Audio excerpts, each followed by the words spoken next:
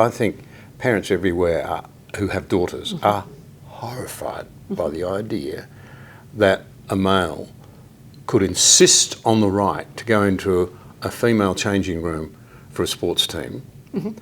And I read the other day about somebody being offered counselling so that they could cope with a naked man in their change room because they had the problem, not being able to manage it. Does this case surely impacts on our attitudes? Yes, because so I get messages as well from mums and dads, I mean all over the country and all over the world, who are dealing with this issue and have no idea what to do, because if they speak up, are they going to get punished? Is their daughter going to get punished because she spoke up? And there are certain examples where young girls have been punished for speaking out or defending their ground. And so because we don't have a government at the moment who is willing to do anything about this issue, and the executive branch, aka places like the Sex Discrimination Act, are all in on the ideology, completely against us. And their interpretation of the Sex Discrimination Act completely takes away women's rights to have boundaries.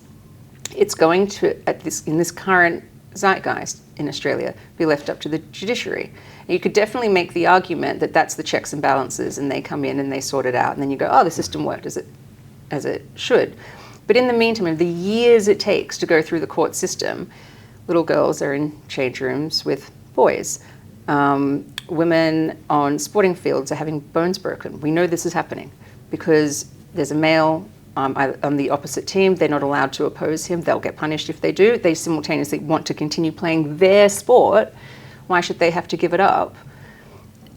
So we have to have, my case is the first. It will be the first of many court cases. I just, wrong place, wrong time. But if Parliament is not going to do anything, and I suspect they're not interested in doing anything because they caused the problem. The Julia Gillard amendments of 2013 was where it all went wrong. So we know how politics works in the sense that Labor's not going to admit they got it wrong. It would be for the Liberals to take up, but they sit there saying it's not a big issue. It's a culture war, or we're not going to import Trumpian politics. And you're like, but you've already imported a political position from America. It was gender ideology. Now you're just saying we won't import the solution, because America has fixed this problem in a big way. Trump has fixed it, whether you like him or not.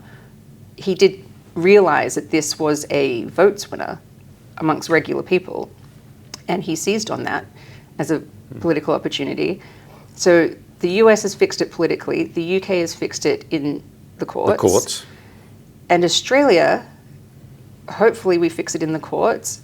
If not the federal, we go to the High Court.